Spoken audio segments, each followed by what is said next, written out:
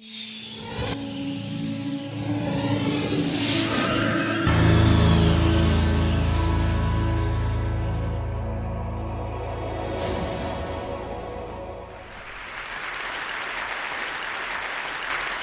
started improv everywhere about 10 years ago when I moved to New York City with an interest in acting and comedy.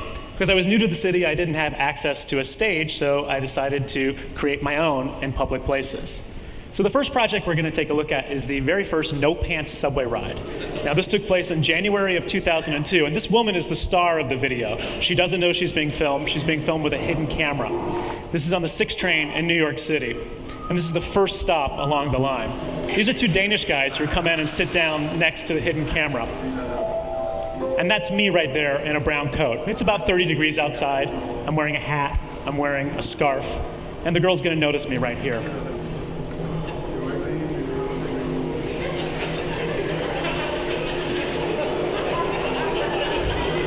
And as you'll see now, I'm not wearing pants. So, at this point, she's noticed me, but in New York, there's weirdos in any given train car. One person's not that unusual. She goes back to reading her book, which is unfortunately titled Rape. I'm not sure.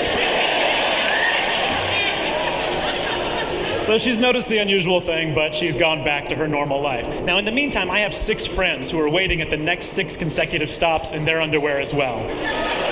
They're going to be entering this car one by one. We'll act as though we don't know each other. And we'll act as if it's just an unfortunate mistake we've made for getting our pants on this cold January day.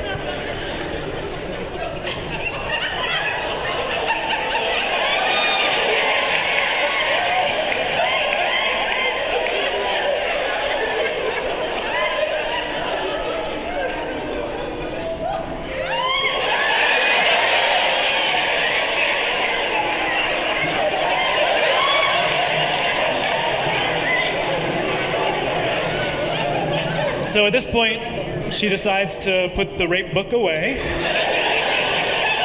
She decides to be a little bit more aware of her surroundings. Now, in the meantime, the 2 Danish guys to the left of the camera, they're cracking up. They think this is the funniest thing they've ever seen before. And watch her make eye contact with them right about now.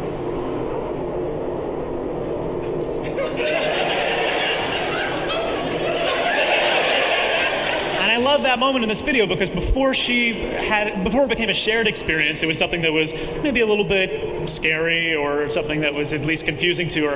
And then once it became a shared experience, it was funny and something that she could laugh at. So the train is now pulling into the 3rd stop along the 6th line.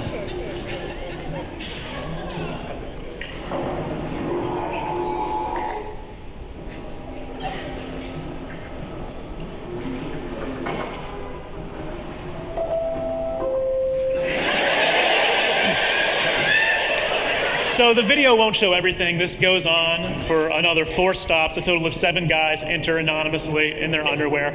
At the 8th stop, a girl came in with a giant duffel bag and announced she had pants for sale for $1. Like you might sell batteries or candy on the train. We all very matter-of-factly bought a pair of pants, put them on, and said, "Thank you, that's exactly what I needed today." And then exited without revealing what had happened and went in all different directions. Thank you. So that's a still from the video there, and I love that girl's reaction so much, and watching that videotape later that day inspired me to keep doing what I do. And really one of the points of improv everywhere is to cause a scene in a public place that is a positive experience for other people. It's a prank, but it's a prank that gives somebody a great story to tell. And her reaction inspired me to do a 2nd annual No Pants subway ride, and we've continued to do it every year. This past January, we did the 10th annual No Pants subway ride, where a diverse group of 3,500 people rode the train in their underwear in New York, almost every single train line in the city, and also in 50 other cities around the world, people participated. As I started taking improv class at the Upright Citizens Brigade Theater and meeting other creative people and other performers and comedians, I started amassing a mailing list of people who wanted to do these types of projects so I could do more large-scale projects. Well, one day I was walking through Union Square and I saw this building, which had just been built in 2005. And there was a girl in one of the windows, and she was dancing. And it was very peculiar because it was dark out, but she was backlit with fluorescent lighting, and she was very much on stage. And I couldn't figure out why she was doing it. After about 15 seconds, her friend appeared. She had been hiding behind a display, and they laughed and hugged each other and ran away. So it seemed like maybe she had been dared to do this. So I got inspired by that, looking at the entire facade. There were 70 total windows, and I knew what I had to do. So this project is called Look Up More. We had 70 actors dressed in black. This was completely unauthorized. We didn't let the stores know we were coming. And I stood in the park giving signals. The first signal was for everybody to hold up these 4-foot-tall letters that spelled out Look Up More, the name of the project. The second signal was for everybody to do jumping jacks together. You'll see that start right here. And then we had dancing. We had everyone dance, and then we had dance solos where only one person would dance and everybody would point at him.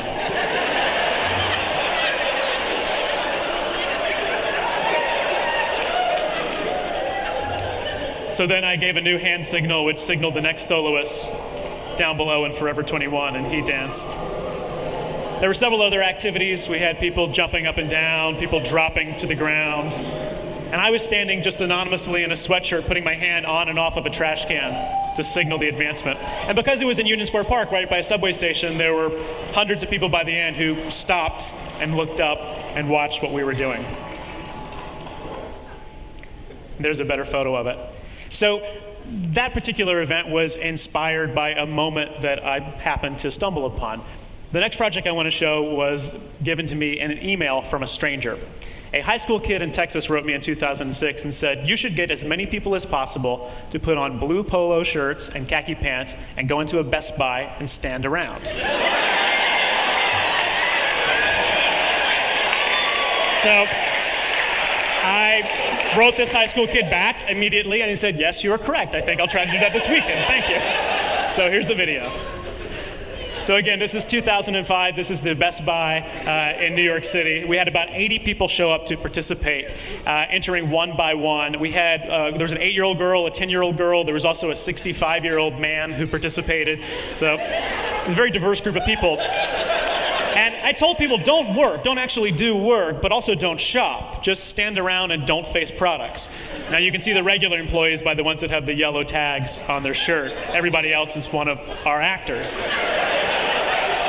The lower level employees thought it was very funny, and in fact, several of them went to go get their camera from the break room and took photos with us. A lot of them made jokes about trying to get us to go to the back to get heavy television sets for customers.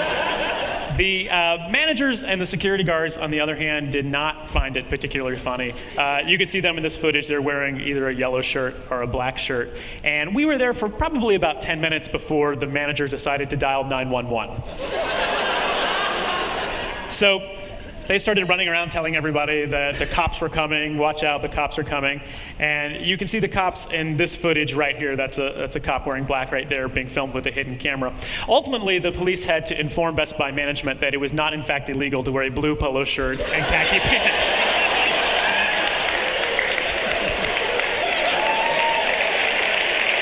Thank you.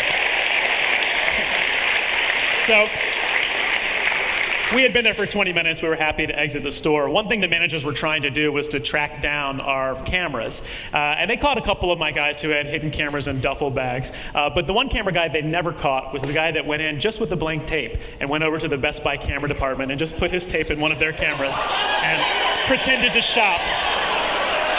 So I like that concept of using their own technology against them. I think our best projects are ones that are site-specific and happen at a particular place for a reason. And one morning, I was riding the subway. I had to make a transfer at the 53rd Street stop where there's these 2 giant escalators. And it's a very depressing place to be in the morning. It's very crowded. So I decided to try to stage something that could make it as happy as possible for one morning. So this was in the winter of 2009, 8:30 in the morning. It's morning rush hour. It's very cold outside. People are coming in from Queens, transferring from the E train to the 6 train, and they're going up these giant escalators on their way to their jobs.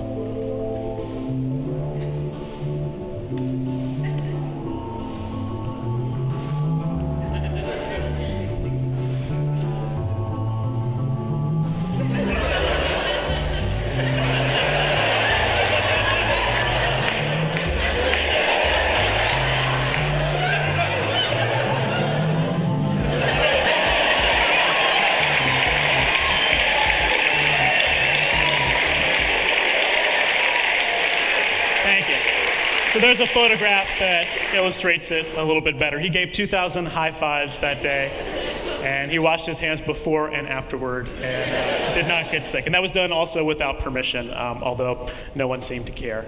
So I'd say over the years, one of the most common criticisms I see of Improv Everywhere, left anonymously in YouTube comments, is these people have too much time on their hands. And, you know, not everybody's going to like everything you do, and I certainly have developed a thick skin thanks to internet comments, but that one's always bothered me because we don't have too much time on our hands. The participants in Improv Everywhere events have just as much leisure time as any other New Yorkers. They just occasionally choose to spend it in an unusual way.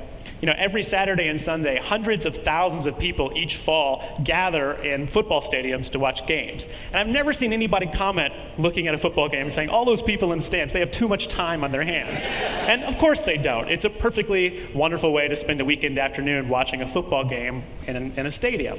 But I think it's also a perfectly valid way to spend an afternoon freezing in place with 200 people in the Grand Central Terminal, or dressing up like a Ghostbuster and running through the New York Public Library. Or listening to the same MP3 as 3,000 other people and dancing silently in a park. Or bursting into song in a grocery store as part of a spontaneous musical. Or diving into the ocean in Coney Island wearing formal attire.